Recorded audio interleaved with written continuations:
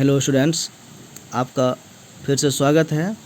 और आज हम लोग बात करेंगे असाइनमेंट में हिस्ट्री सब्सिडरी विषय का, जो पार्ट 2 का है।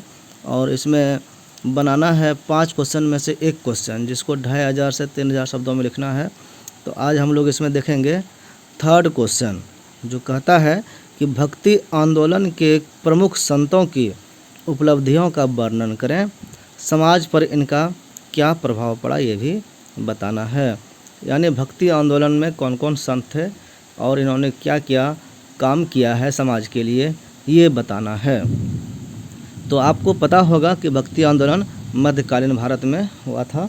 तो इसको विस्तृत रूप से जानने के पहले हम आप सबसे रिक्वेस्ट करना चाहेंगे कि जो भी चैनल पर पहली बार आए हैं, कृपया आप चैनल को सब्सक्राइब कर दीजिएगा और वीडियो को लाइक एंड शेयर कीजिएगा, बेल आइकन दबा लीजिएगा और नोटिफिकेशन को ऑल कर लीजिएगा।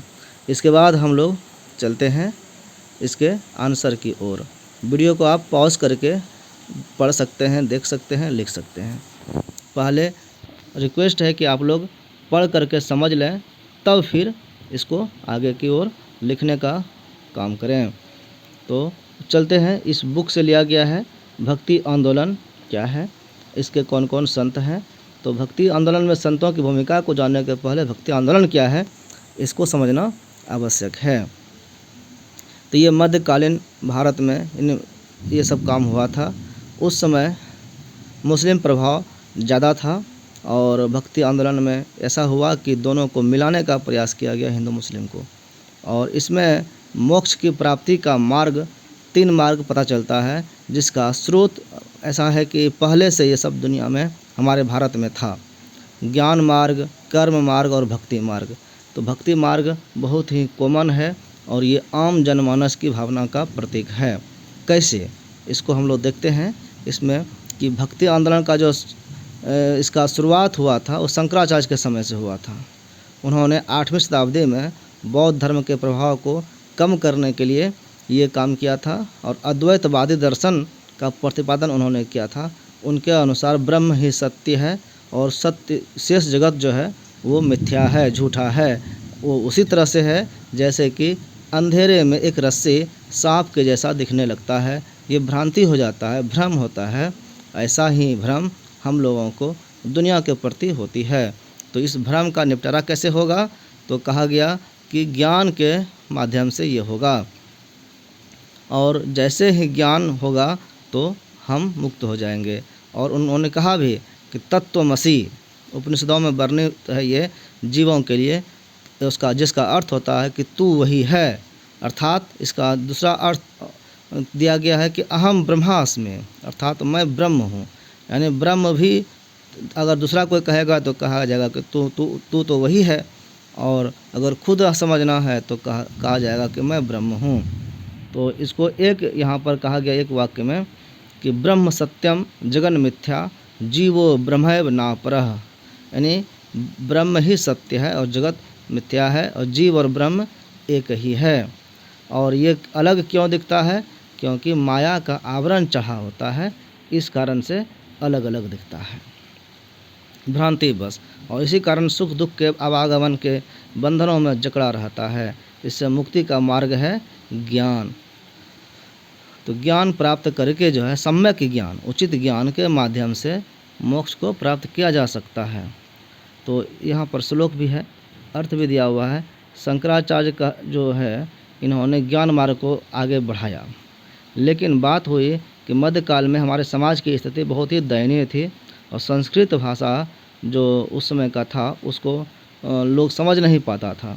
तो उस समय जो तत्कालीन धर्म सुधारक थे, उन्होंने क्या किया कि संस्कृत को छोड़ करके लोक भाषा में प्रवचन उपदेश देने का काम करने लगे। और हिंदू धर्म में जो बुराइयां आ गई थी, कुरीतियां आ गई थी, असहिष्णुता, अपरिवर्तनशीलता, अनुदारता, इस सब को धीरे धीरे दूर करने का प्रयास किया गया, पुनर्जीवित करने का प्रयास किया गया। तो यहाँ पर देखते हैं कि सूफी आंदोलन भी हुआ था मुस्लिमों में। उनका भी वही कहना था कि सूफीवाद में जो है तसव्वुफ में अंतिम लक्ष्य ने बका की प्राप्ति के लिए प्रेम रूपी मार्ग पर चलना पड़ता है। तो वो प्रेम मार्ग जो है वही भक्ति का मार्ग है। इसी को आगे बढ़ाया गया, महिमा मंडन उसका किया गया। इस्लाम धर्म से प्रेरित होकर के उसकी जो विशेषता थी समता और भ्रातृत्व, जो आधारशिला था इस्लाम धर्म का, उसको हिंदुओं ने अपने ओर स्वीकारा कि समता का यानी एक जैसा सबको माने, ऐसा आधार बनाना चाहिए, ऐसा विचार लाना चाहिए। छुआछूत भेदभाव की जो कुरीतियाँ हैं उसको दूर करने चाहिए। भक्ति आंदोलन के जो रूप है, संतों ने दो रूप को अपनाया, एक निर्गुण तथा दूसरा सगुण। निर्गुण में भी दो पार्ट हो गया, कुछ संतों ने ज्ञान मार्ग को अपनाया और कुछ लोगों ने प्रेम का मार्ग अपनाया, यानी प्रेम का आश्रय लिया। तो इसलिए निर्गुण के शाखा के भी दो पार्ट हो गए, दो उपशाखा हो गए, एक प्रेमाश्रयी, दूसरा ज्ञानाश्रयी उपशाखा। फिर निर्गुण के जो है प्रेमाश्रयी प्रेम पर बल देते थे और ज्ञानाश्रयी जो है वो ज्ञान पर बल देते थे, बस यही अंतर था दोनों में। उसके बाद उसी तरह से यहाँ पर देख रहे हैं कि निर्गुण शाखा के संतों ने एक ईश्वरवाद का प्रचार किया कि दुनिया में एक ही ईश्वर है, एक ही सर्वशक्तिशाली जो भी सत्ता है, ईश्वर अल्लाह जो कहिए वो एक ही है। और यही आपको दिखेगा एक ईश्वरवाद का ही इस्लाम की विशेषता भी है कि उसमें कहा जाता है कि ला इलाहा इल्लल्लाह। इसका मतलब है कि ईश्वर के अतिरिक्त कोई दूसरा ईश्वर नहीं है, यानी जो भी ईश्वर है वो एक ही है। तो वो अलग नहीं कहा गया, यहाँ पर शब्द अलग है लेकिन मीनिंग एक ही है। उसी तरह से फिर सगुण धर्म में जब चलते हैं, सगुण शाखा में, तो उसमें कुछ भक्तों ने सगुण रूप का मतलब हुआ कि आकार के रूप में ईश्वर को मानना। तो उसमें कुछ भक्तों ने राम को ईश्वर माना, कुछ ने कृष्ण को ईश्वर माना, इष्टदेव स्वीकार किया। इस तरह से राम भक्ति शाखा और कृष्ण भक्ति शाखा दो प्रकार के भक्ति शाखा हो गए। पहले हुआ निर्गुण, दूसरा हुआ सगुण, इसको इस तरह से भी लिख सकते हैं। और निर्गुण में प्रेमाश्रयी और ज्ञानाश्रयी हुआ, और सगुण में जो है राम भक्ति शाखा और कृष्ण भक्ति शाखा ये विभाजन हुआ। यानी जैसे जैसे भक्ति बढ़ते गया और लोग अलग अलग अपने इष्ट को, ईश्वर को मान करके अपना शाखा अलग बना लिए, यानी अपने आप बढ़ते गया। मुसलमान जो है सर्वप्रथम व्यापारिक रूप में दक्षिणी भारत में आए थे, उधर से तो वो बढ़े, इसलिए धार्मिक सुधार भी दक्षिण भारत से ही शुरू हुआ और उधर से आकर के उत्तरी भारत और पूरा पश्चिम हर जगह फैल गया। यहाँ पर जो भी है सबकी भाषा जो है वो अपने अपने क्षेत्रीय भाषाओं को ही उपदेश का, संदेश सुनाने का माध्यम बनाया। जैसे कि दक्षिण भारत के जो संत होते थे वो तमिल भाषा में बोलते थे, बंगाल में चैतन्य महाप्रभु ने बंगाली में उपदेश देना चालू किया, और कबीर जो उत्तरी भारत के थे, बनारस के पास काशी के, तो इन्होंने सदुक्कड़ी भाषा का प्रयोग किया। सदुक्कड़ी भाषा क्या है? खिचड़ी भाषा, मतलब इसमें सभी भाषाओं का इनपुट था, चाहे वो अवधी हो, मगही हो, ब्रज भाषा हो, चाहे वो मैथिल भाषा हो, भोजपुरी हो, हर चीज़ का थोड़ा थोड़ा उसमें प्रयोग हुआ है। इस प्रकार विभिन्न देशज भाषाओं को माध्यम बना करके भक्ति आंदोलन के संतों ने भक्ति धारा को बड़े वेग से प्रवाहित किया।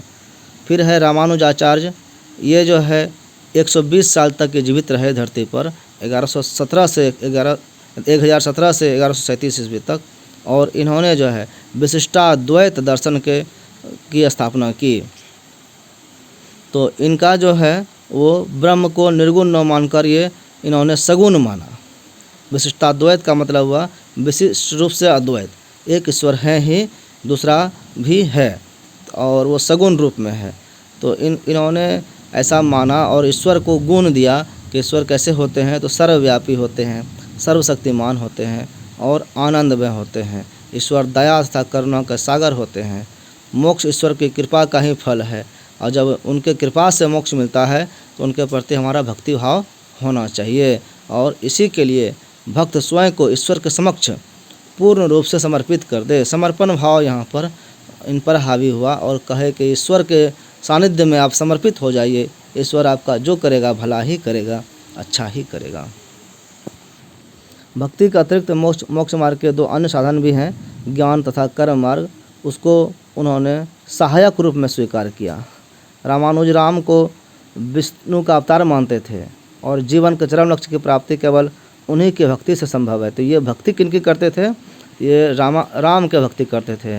रामानुज का नाम से ही लगता है कि राम का अनुज, राम का छोटा भाई, लेकिन ये राम को विष्णु मानते थे और उनका ही ये भक्ति करते थे। तो ये राम भक्ति शाखा के सगुण उपासक हो गए। इन्होंने शंकराचार्य का दर्शन का खंडन करते हुए कहा कि केवल भक्ति के द्वारा ही ज्ञान एवं ईश्वर की प्राप्ति की जा सकती है। शंकराचार्य ने ब्रह्म को सत्य और शेष जगत को मिथ्या बताया था, जीव एवं ब्रह्म को एक ही बतलाया था। किंतु रामानुजाचार्य ने क्या कहा कि जीव जगत तथा ब्रह्म का जो संबंध है वो अलग है। यानी रामानुजाचार्य के अनुसार जो है चित्त, अचित एवं ईश्वर तीन तत्व हैं, और इसमें से चित्त का अर्थ होता है भोक्ता जीव, और अचित से होता है भोग्य जगत, और ईश्वर से तात्पर्य है सर्वांतर्यामी, अंतर्यामी, सभी के अंदर में अंतर्यामी रहने वाले। इस तरह से इनका अलग अलग विचार है। विशिष्टाद्वैत हुआ, श्री संप्रदाय भी इनका नाम से प्रसिद्ध हुआ। रामानुज के अनुसार भक्त जो है भक्तों पर अनुग्रह करते हैं। ब्रह्म ईश्वर स्वयं को 5 रूपों में प्रकट करते हैं। परारूप में रहते हैं, ज्ञान, शक्ति, ऐश्वर्य, बल, वीर्य एवं तेज सहित 6 गुण ईश्वर में हमेशा विद्यमान रहते हैं। इस अवस्था में वह वैकुंठ में निवास करते हैं। देवगण एवं मोक्ष प्राप्त आत्माएं वहाँ उनकी सेवा करती है। इस तरह से कई रूप है यहाँ पर आप देख रहे हैं। फिर निम्बकाचार्य हुए, इनका क्या है 12वीं शताब्दी के लगभग तमिलनाडु प्रांत के बेल्लारी जिला में स्थित निम्बापुर नामक स्थान के निकट इनका जन्म हुआ था। निम्बार्काचार्य को सुदर्शन चक्र का अवतार माना जाता है तथा नियमानंद, निम्बादित्य आदि इनके भी नाम इनके कहे जाते हैं। यह तेलंग ब्राह्मण थे और रामानुज के समकालीन थे। इन्होंने भी रामानुज की भांति शंकराचार्य के अद्वैतवादी दर्शन का खंडन किया। इन्होंने क्या कहा, द्वैतवाद तथा अद्वैतवाद दोनों सिद्धांतों को अपने मत में स्थान प्रदान किया, जिसके कारण इनके मत को क्या कहा गया, द्वैताद्वैत दर्शन का व्याख्याता। निम्बार्काचार्य का भी कहना है, इन्होंने कहा कि रामानुज की भांति है कि चित्त, अचित और ईश्वर होते हैं। इनके अनुसार जीव तथा ब्रह्म अभेद अवस्था में चैतन्य रूप स्वरूप रहते हैं। ब्रह्म और जीव के इस संबंध को स्वर्ण तथा उससे बने कुंडल के उदाहरण से व्यक्त किया जा सकता है कि मटेरियल एक ही रहता है, रूप बदल जाता है। तो विशेष इसकी पढ़ाई में हम लोग चर्चा करेंगे। अभी आपको आंसर दे रहे हैं, तो आप आंसर देखें निम्बार्काचार्य का क्या क्या है। फिर निम्बार्काचार्य के बाद मध्वाचार्य हुए। मध्वाचार्य का क्या कहना है, उनको आनंद तीर्थ, पूर्ण बोध, पूर्ण प्रज्ञ ये भी नाम से कहा जाता था इनको। इनका जन्म 1199 ईस्वी में हुआ था। शंकराचार्य के अद्वैतवाद तथा रामानुजाचार्य के विशिष्टाद्वैतवाद का भी इन्होंने खंडन किया था और स्पष्ट रूप से द्वैतवाद का इन्होंने प्रचार किया। तो कई तरह का इनका भी विचार है। इनका संप्रदाय ब्रह्म संप्रदाय अथवा स्वतंत्रवाद के नाम से व्याख्यात हुआ। फिर आगे देखते हैं स्वामी रामानंद आए। इनका भी जन्म 1299 ईस्वी में प्रयाग के कान्यकुब्ज परिवार में हुआ था। इनकी भक्ति फिर देख रहे हैं। स्वामी रामानंद ने जाति प्रथा के बंधनों को तोड़ डाला। जाति व्यवस्था में प्रचलित अंधविश्वासों तथा आडंबरों का भी इन्होंने विरोध किया था। इन्होंने पद्मावती, सुरसिर नामक स्त्रियों को अपना शिष्या बनाया था और वैष्णव धर्म का द्वार बिना किसी भेदभाव के सभी भक्तों के लिए खोल दिया था। इन्होंने राम की भक्ति पर इन्होंने विशेष बल दिया था। इनके इष्ट देव राम थे और इनका मूल मंत्र राम नाम ही था। इन्होंने एक उत्साही विरक्त दल का संगठन किया था जो आज भी बैरागी के नाम से विख्यात है। स्वामी रामानंद जो है प्रथम वैष्णव संत थे जिन्होंने हिंदी भाषा के माध्यम द्वारा अपने विचारों को जनता तक पहुंचाया। रामानंद से पहले के जो संत थे उन्होंने संस्कृत भाषा को ही अपने विचारों एवं उपदेशों का माध्यम बनाया था। उनकी शिक्षाएं संस्कृत भाषियों तक ही सीमित रही और जनसाधारण से परे रही थी। इनके पहले जो गुरु होते थे वो संस्कृत भाषा में बात करते थे, लिखते थे, बोलते थे, समझाते थे। इसलिए जो संस्कृत जानता था वही उनकी बात को समझ पाता था। आम जनमानस उनसे वंचित रह जाते थे। लेकिन रामानंद ने पहली बार हिंदी भाषा का प्रयोग किया और जनसाधारण तक पहुंचने का अवसर दिया। तो ये समाज सुधारक भी थे और धार्मिक सुधारक भी थे। इन्होंने दूषित जाति व्यवस्था का खंडन किया था। इन्होंने शिष्य जो बनाया सभी जाति के लोगों को शिष्य बनाया था। ये इनके लिए विशेष बात हुई। अपने सुप्रसिद्ध शिष्य कबीर के लिए इन्होंने मार्ग प्रशस्त किया। कबीर का भी जन्म देखिए उस समय विवाद में है, लेकिन उसी समय का हुआ था। कहा जाता है कि काशी में एक विधवा ब्राह्मण स्त्री को स्वामी रामानंद ने भूल से पुत्रवती होने का आशीर्वाद दे दिया था, और जिसके फलस्वरूप जो है उस विधवा ब्राह्मणी के एक शिशु उत्पन्न हो गए। लोक लाज और समाज के भय के कारण वह उस शिशु को लहरतरा नामक तालाब के किनारे छोड़कर आ गई, और वहीं अली अथवा नीरू नामक एक जुलाहे ने उस शिशु को उठा लिया और उसका पालन पोषण किया। इसी का नाम भविष्य में कबीर पड़ा था। कबीर का जन्म जेठ सुदी पूर्णिमा सोमवार विक्रम संवत 1456 यानी 1398 ईस्वी में माना जाता है। यह कहा जाता है कि कबीर बाल्यकाल से ही भक्ति भाव की ओर रुचि रखते थे। अंत में इन्होंने स्वामी रामानंद के शिष्य होने का निश्चय कर लिया। एक दिन यह पहर रात रहते ही उस पंचगंगा घाट की सीढ़ियों पर जा पड़े, जहाँ से रामानंद जी स्नान करने के लिए उतरा करते थे। स्नान को जाते समय अंधेरे में रामानंद का पैर कबीर के ऊपर पड़ गया था। रामानंद चट बोल उठे, राम राम कहा बेटा, राम राम कहा। कबीर ने इसी को गुरु मंत्र मान लिया और वे अपने आप को रामानंद जी का शिष्य कहने लगे। कबीर स्वयं कहते थे कि काशी में हम प्रकट भये हैं, रामानंद चेताए। यही कहते थे, रामानंद ने हमको चेताया है, गुरु दीक्षा दी है। और सदगुरु के प्रताप ते मिटी गयो सब दुख द्वंद, कह कबीर दुविधा मिटी, गुरु मिलिया रामानंद। किंतु कुछ लोगों के अनुसार कबीर जन्मजात जुलाहे थे। कबीर एक स्थान पर अपने आप को जुलाहा भी कहते हैं कि तू ब्राह्मण मैं काशी का जुलाहा, बुझो मोर ज्ञाना। यह भी कहा जाता है कि कबीर ने मानिकपुर के प्रसिद्ध सूफी शेख तकी से दीक्षा ली थी। कबीर ने शेख तकी के नाम का स्वयं उल्लेख किया है कि मानिकपुर हूँ कबीर बसेरी, मद हति सुनी शेख तकी केरी। कबीर पढ़े लिखे तो नहीं थे, लेकिन एक और इसी का उन्होंने एक जगह स्वीकार भी किया है कि मसीह कागज छुयो नहीं, कलम गहियो नहीं हाथ। मैंने कागज़ नहीं छुआ है और कलम हाथ में नहीं लिया है। किंतु अशिक्षित होकर के भी इन्होंने बहुत ही कटाक्षपूर्ण तरीके से हिंदू और मुसलमानों को दोनों को अमूल्य शिक्षा प्रदान किया था।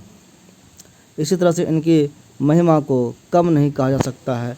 बहुत ही विस्तृत रूप से आँख खोलने का, समाज सुधारने का काम इन्होंने किया था, और वो उनका कहा हुआ बात आज भी प्रासंगिक है।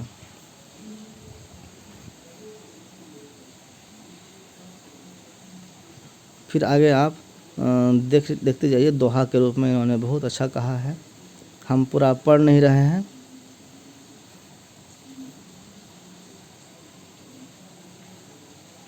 प्रेम को इन्होंने बहुत अच्छा, ये फेमस है कि पढ़ी पढ़ी के पत्थर भया, लिखी लिखी भया जो ईंट, कहे कबीरा प्रेम की लगी न एको छीट। कि पढ़ लिख लिए लेकिन प्रेम नहीं आया, भक्ति करना नहीं सीखा। पोथी पढ़ी पढ़ी जगमुआ, पंडित भया न कोय, ढाई अक्षर प्रेम का पढ़े सो पंडित होए। कबीर ने ईश्वर की प्राप्ति के लिए प्रेम और भक्ति दोनों पर ही विशेष बल दिया था। कबीर ने विभिन्न आडंबरों का विरोध किया और एक ईश्वर भक्ति पर विशेष बल दिया था।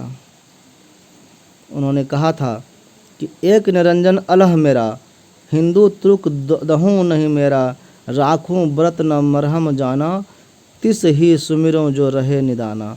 पूजा करूँ न निमाज गुजारूँ, एक निराकार हृदय नमस्कारूँ, ना हज जाऊँ न तीरथ पूजा, एक पिछान्या तो क्या दूजा। कहे कबीर भरम सब भागा, एक निरंजन सुमन लागा। उन्होंने एकेश्वर भक्ति के साथ ही समाज में विभिन्न धर्मों के बीच सामंजस्य स्थापित करने का सराहनीय प्रयास किया था। उन्होंने राम रहीम को एक ही कहा था। नमाज और पूजा का उद्देश्य भी एक ही है, ये कहा था। गहना एक कनक ते गहना, इन महाभावन दूजा, कहन सुनन को दुई करी थापिन, एक निमाज एक पूजा। हिंदू होकर के भी वो कबीर हिंदू नहीं थे, मुसलमान भी नहीं थे, मुसलमान होकर के भी वो एक मानव थे। उनके पंथ को कबीरपंथी आज कहा जाता है। नानक उनके बाद हुआ 1469 ईस्वी में गुजरांवाला जिले के सरकापुर तहसील के तलवंडी नामक ग्राम में इनका जन्म हुआ था। इनके पिता मेहता कालू चंद खत्री बुलार नामक एक जगीरदार की सेवा में थे।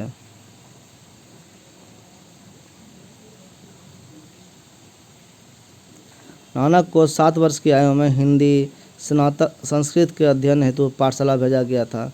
तत्पश्चात इन्होंने फारसी के अध्ययन के लिए मुल्ला कुतुबुद्दीन के पास इनको भेजा गया और फिर ये पढ़ते रहे। स्वभाव से ही ये साधु थे बचपन से। इनके पिता नानक के इस स्वभाव को समझने में सफल रहे थे, किंतु इनकी बहन इनके संत स्वभाव से परिचित हो गई थी। उसने नानक के लिए दौलत खां लोधी के यहाँ नौकरी की व्यवस्था कर दी। इनकी विवाह 18 वर्ष की आयु में सुलाखिन नामक एक कन्या से कर दिया गया, जिससे श्री चंद्र तथा लक्ष्मी दास नामक 2 पुत्रों का जन्म हुआ। इसमें श्री चंद्र ने भविष्य में उदासी संप्रदाय नानक का प्रचार किया था, किंतु कबीर के भांति नानक का मन भी गृहस्थ जीवन में न लगा और नानक ने 30 वर्ष की आयु में 1499 ईस्वी में राजकीय सेवा तथा घर बार का त्याग कर संन्यास ग्रहण कर लिया था। यह एक उच्च कोटि के ईश्वर थे, ईश्वर भक्त थे और भारत तक अनेक बाह्य देशों को भ्रमण करके इन्होंने उपदेश दिया था। सूफी संत उस समय के जो थे, जिनमें बाबा फरीदुद्दीन गंज ए शकर का नाम उल्लेखनीय है, सबसे बात किए थे इन्होंने और जहाँ जहाँ भी जाते अपने उपदेशों को जनता के सम्मुख रखते थे। इनका देहांत 1539 ईस्वी में करतारपुर में हो गया था। इनके हिंदू तथा मुस्लिम शिष्यों के मध्य अंतिम संस्कार के संबंध में मतभेद हो गया था। कहा जाता है कि ऐसी कठोर स्थिति में गुरु का शरीर कुछ पुष्पों में परिवर्तित हो गया था, जिसे इनके शिष्यों ने आपस में बांट लिया और फिर अपने अपने विश्वासों के अनुसार मुसलमानों और हिंदुओं ने उनके मकबरे और समाधि का निर्माण कर अंतिम संस्कार को श्रद्धापूर्ण संपन्न किया। नानक भी एक ईश्वरवादी थे, एक ईश्वर को मानने वाले थे। बाह्य आडंबर मूर्ति पूजा का इन्होंने खंडन किया था। संसार में ईश्वर एक है, दूसरा कोई नहीं है, ये कहते थे। मानवता के सूत्र में बंधना चाहते थे वो। खलक खालक बसे खलक में, खलक बसे रब महा। नानक को पाप से घृणा थी, पापियों से नहीं थी। सब बात कहा जाता है, उस समय भी सही था। इन्होंने हिंदू एवं मुसलमानों के अंधविश्वासों तथा बाह्य आडंबरों का खंडन किया था। क्या 18 पुराण तेरे पास है, क्या तू चारों वेदों का पाठ कर सकता है? क्या तूने पवित्र दिनों पर स्नान किया है और मनुष्यों को जाति के अनुसार दान दिया है? क्या तूने उपवास किया और दिन रात धार्मिक कर्मकांड को संपन्न किए हैं? बहुत सारी बात थी, ये भी कटाक्ष किए। नानक मुसलमानों को संबोधित करते हुए कहते हैं कि तू दयालुता को अपने मस्जिद, निष्कपटता को नमाज का गलीचा, जो उचित और न्यायपूर्ण है उसे अपना कुरान बना ले, नम्रता को अपना सुन्नत, शिष्टाचार को अपना व्रत, इस प्रकार तो मुसलमान बन जाएगा। तो अच्छा चीज़ शिक्षा दिया है सबने। हम आगे बढ़ते जा रहे हैं, बहुत ढंग से अभी पढ़ नहीं रहे हैं, समझा नहीं रहे हैं, थोड़ा थोड़ा परिचय के रूप में बता दे रहे हैं बस। सारे लोग समाज सुधारक थे, धर्म सुधारक के साथ साथ, तो इनका महत्वपूर्ण योगदान था समाज में। इनका गुरु ग्रंथ साहिब सिखों का एक पवित्र ग्रंथ है। इसके बाद आता है वल्लभाचार्य जी का जन्म 1479 ईस्वी में तेलंग ब्राह्मण परिवार में हुआ था। जब ये 13 वर्ष के ही थे तो इन्होंने वेद, पुराण एवं अन्य धर्मशास्त्रों का ज्ञान अर्जित कर रखा था, यानी पढ़ करके उसको याद कर लिए थे। इनके व्यक्तित्व पर विष्णु स्वामी के रुद्र संप्रदाय का अत्यधिक प्रभाव पड़ा था।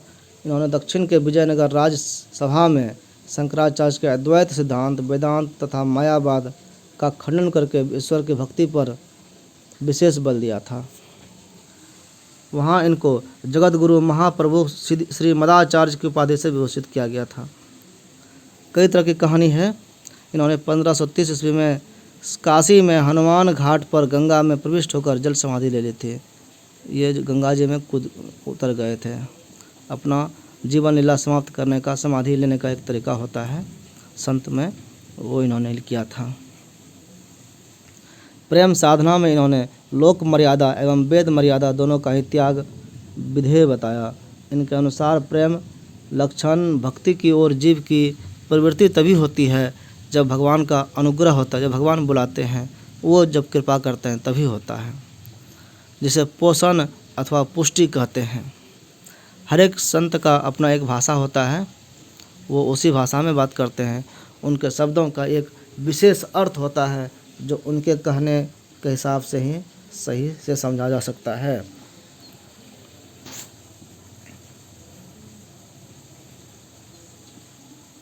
फिर आगे बढ़ रहे हैं। आप इसमें नाम देखते जाइएगा। नाम का ये जो जितने संत हैं ये सभी लोग मध्यकालीन भारत में प्रसिद्ध हुए थे। फिर चैतन्य महाप्रभु आए। इनका जन्म जो है ब्राह्मण कुल में 1485 ईस्वी में बंगाल में नदिया नामक गांव में हुआ था। और बालकाल में इनका जो पिता था इनके, वो ख़त्म हो गए थे, तो इनका पालन पोषण जो है माता ने किया था। चैतन्य महाप्रभु जो है प्रारंभ से ही बड़े प्रतिभाशाली बालक थे, अतः थोड़े समय में ही इन्होंने व्याकरण तथा दर्शन का अच्छा ज्ञान प्राप्त कर लिया था। इनका भी विवाह 18 वर्ष की आयु में हो गया था, किंतु अनेक हिंदू संतों की भांति इनका भी गृहस्थ में मन नहीं लगा था और ये भारत भ्रमण के लिए निकल पड़े। इन्होंने 6 साल तक जो है भारत का भ्रमण किया और अपने उपदेशों का प्रचार करता रहा। यानी भक्ति भाव में जुड़ते रहे और सबको जोड़ते रहे। ये पर्याप्त समय तक जो है वृंदावन में रहे थे तथा उसके बाद पुरी गए। मृत्यु इनकी 1533 ईस्वी में हो गई थी। इन्होंने कृष्ण भक्ति पर विशेष जोर दिया था। चैतन्य महाप्रभु कृष्ण भक्त थे। चैतन्य ने कबीर और नानक की भांति गुरु सेवा पर भी विशेष बल दिया है।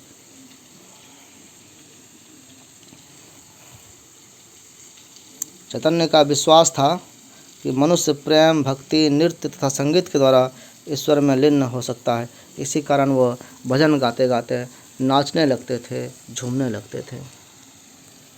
इन्होंने निम्न जाति के लोगों को भी अपना शिष्य बनाया। इन्होंने ब्राह्मणों के कर्म कांडों तथा समाज में प्रचलित अंधविश्वासों का विरोध किया था।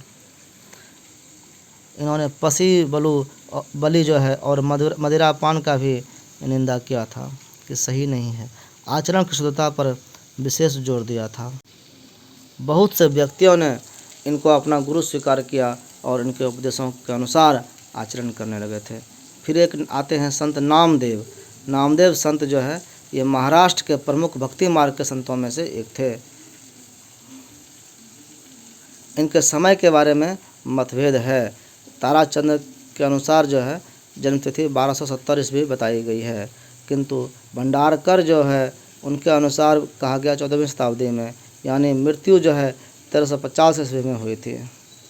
इन्होंने सगुण का बाद में निर्गुण उपासना पर बल दिया था। इनके सगुण पदों की भाषा तो ब्रज भाषा थी अथवा परंपरागत जो काव्य भाषा है वो थी, किंतु निर्गुण वाणी की भाषा नाथ पंथियों द्वारा अपनाई गई खड़ी बोली अथवा सदुक्कड़ी है।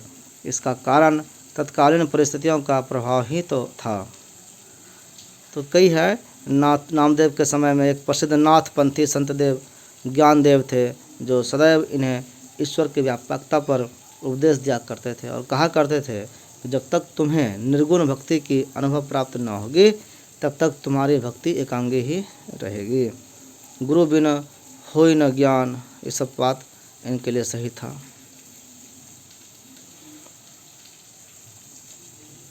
नामदेव स्वयं कहते हैं कि मन मेरी सुई तन मेरा धागा, खेचर जी के चरण पर नामा सिंपी लागा। नामदेव जी गुरु की महिमा को बहुत ही गुणगान करते हैं। फिर आगे चलते हैं।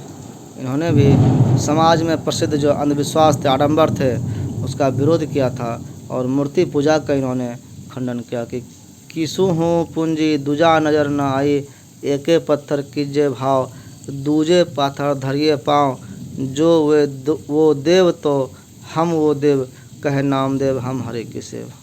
कि एक पत्थर पर हम पैर रखते हैं और एक पत्थर की पूजा करते हैं। इन्होंने हिंदू समाज में प्रचलित ब्राह्मणों के नियंत्रण का विरोध किया था। जाति के दर्जी होने के कारण एक बार एक ब्राह्मण ने इन्हें मंदिर में जाने नहीं दिया था। इन्होंने ब्राह्मण को के जो इस प्रभुत्व को समाप्त करने का प्रयास किया। उन्होंने समाज में जो भी बुराई थी उसका दूर करने का उसको प्रयास किया था। फिर संत आए दूसरे, तुकाराम। तुकाराम संत नामदेव के पश्चात ये श्रेष्ठ जो है मराठा संत थे। इनके विचारों से संपूर्ण महाराष्ट्र का जो भाग था वो प्रभावित हुआ। यह शिवाजी के समकालीन थे और शिवाजी और अन्य मराठाओं की भांति इनका भी मराठा राष्ट्र का स्वप्न देखा करते थे। स्वप्न था कि मराठा राष्ट्र स्वतंत्र राष्ट्र हो। तुकाराम का जन्म जो है पूना के निकट देही नामक स्थान में 1608 ईस्वी में हुआ था। फिर जो है आगे भी कहानी है, अब उतना नहीं पढ़ेंगे। इन्होंने निर्गुण ब्रह्म को स्वीकार किया था। इनके अनुसार ईश्वर सर्वव्यापी थे, सर्वशक्तिमान है, जिसका अंत आदि नहीं है, निराकार हैं वो। फिर रैदास एवं अथवा रविदास का चर्चा आता है। रविदास जो है कबीर के समकालीन थे। इनके जातिक संबंध में कहा जाता है कि ये चर्मकार थे जो चमड़े का काम करते थे। कहा रैदास खलास चमारा। एक अन्य स्थान पर लिखा है कि ऐसी मेरी जाति विख्यात चमार। इससे यह बात ज्ञात होता है कि इनका संबंध निम्न जाति से था। इनके परिवार में चर्मकारी होता था। इनका जन्म काशी में हुआ था। रैदास स्वयं जो है अपना परिचय देते हुए कहते हैं कि जाके कुटुंब सब ढोर ढोबत, फिर ही आजहूँ बनारसी आसपासा, आचार सहित विप्र करे ही दंडवती, तीन तनय रविदास दासानुदासा। समाज में सभी व्यक्ति समान है। सबका कर्तव्य है कि वह हरि की भक्ति में लीन रहे। हरि सब में है और सब हरि में है, ये इनका विचार था। फिर दादू दयाल आए। उनका जन्म जो है 1544 ईस्वी में अहमदाबाद में हुआ था। कबीर को ही भांति जो है इनके जन्म और जाति के संबंध में मतभेद है। कुछ लोगों के अनुसार यह जो है एक गुजराती ब्राह्मण थे और कुछ लोगों के अनुसार जो है ये मोती अथवा जुलाहा बताए गए हैं। दादू पंथियों के अनुसार दादू भी कबीर की ही भांति साबरमती नदी में बहते हुए लोधी राम को जो एक व्यक्ति थे, ब्राह्मण थे, उनको मिले थे। वो भविष्य में इनके पिता कहलाए।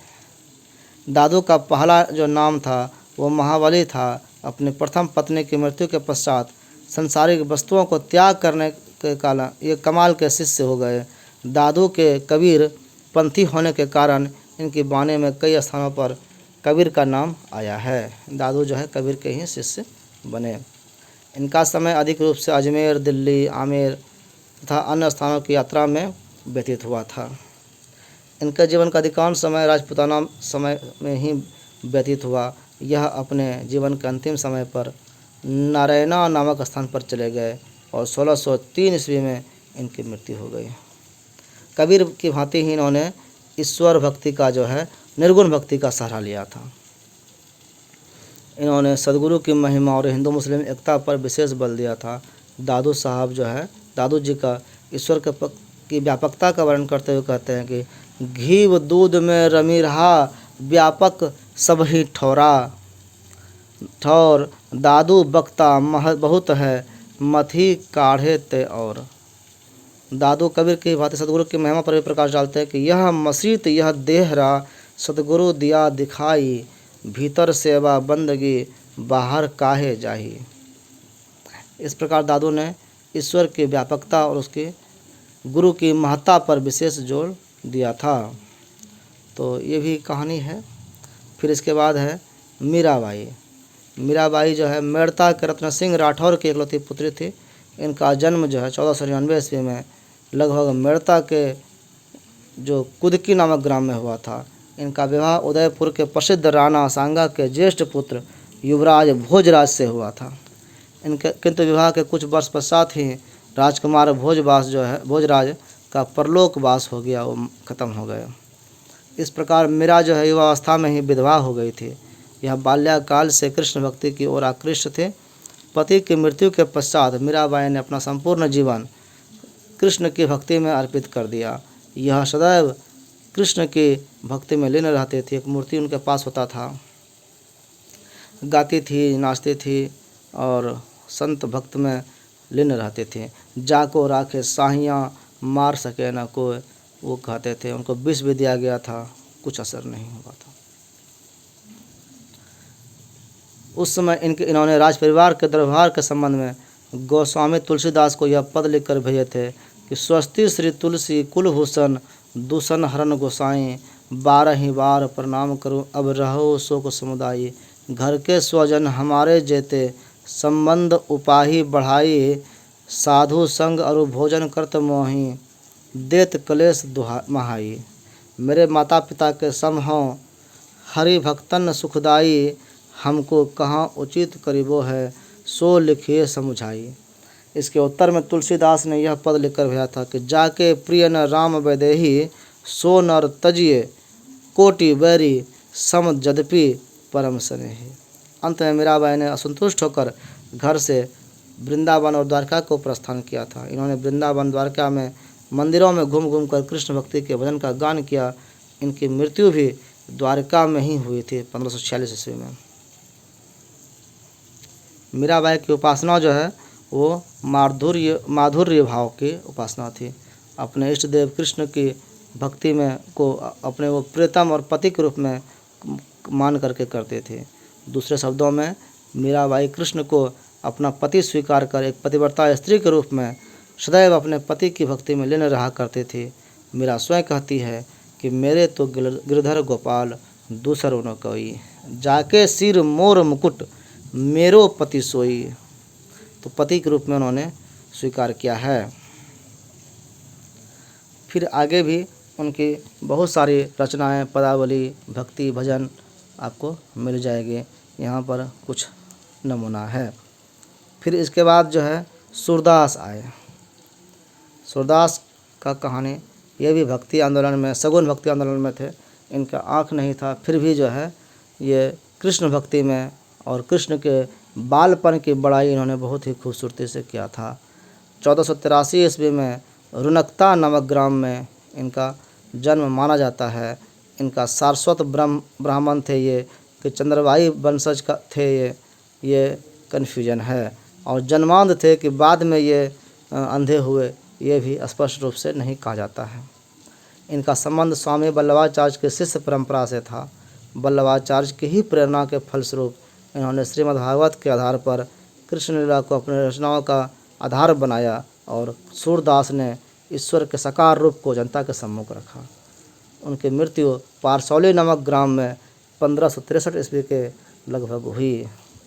सुर की रचनाओं में सुरसावली, साहित्य लहरी, सुरसागर बहुत ही फेमस हुआ है। इन्होंने भक्तों की भांति कृष्ण को इष्ट देव अपना माना था और उनका ही भक्ति विशेष रूप से इन्होंने वर्णन किया। फिर आता है तुलसीदास। तुलसीदास का जन्म 1497 ईस्वी में बांदा के राजपुर नामक ग्राम में हुआ था। इनके पिता का नाम आत्माराम दुबे तथा माता का नाम हुलसी था। जैसा कि रहीम के इस दोहे से प्रतीत होता है कि सुर तिय नर तिय नाग तिय, सब चाहत अस होय, गोद लिए हुलसी फिरे तुलसी सो सुत होय। इनका विवाह दीनबंधु पाठक की पुत्री रत्नावली से हुआ था। कहा जाता है कि विवाह के पश्चात यह सांसारिक सुख प्राप्ति में लीन हो गए। यह पत्नी से अत्यधिक प्रेम करने के कारण उसे अलग नहीं छोड़ते थे।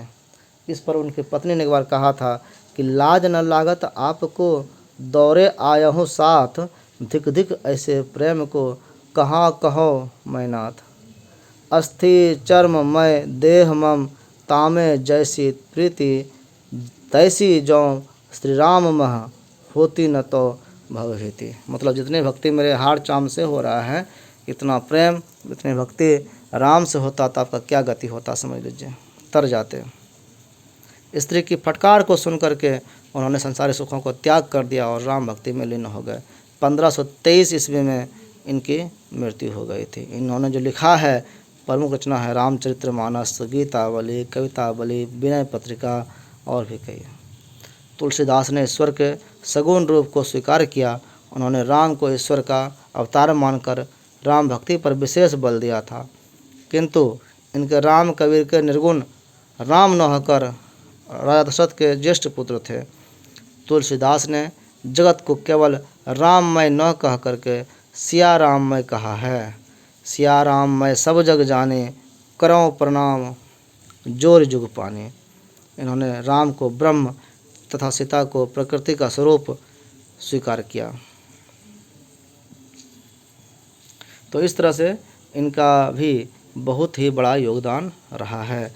तो जितने भी संत थे, ये सारे संत जो हैं मध्यकालीन भारत के थे। इन सब का योगदान को कम नहीं आंका जा सकता और न पूरी तरह से आंका जा सकता है। तो अब इसमें से आप चुन चुन करके थोड़ा शॉर्ट करके अपनी भाषा में आप आंसर लिखिए। यही इसी उम्मीद के साथ आप लोगों को बाय बाय, नमस्कार।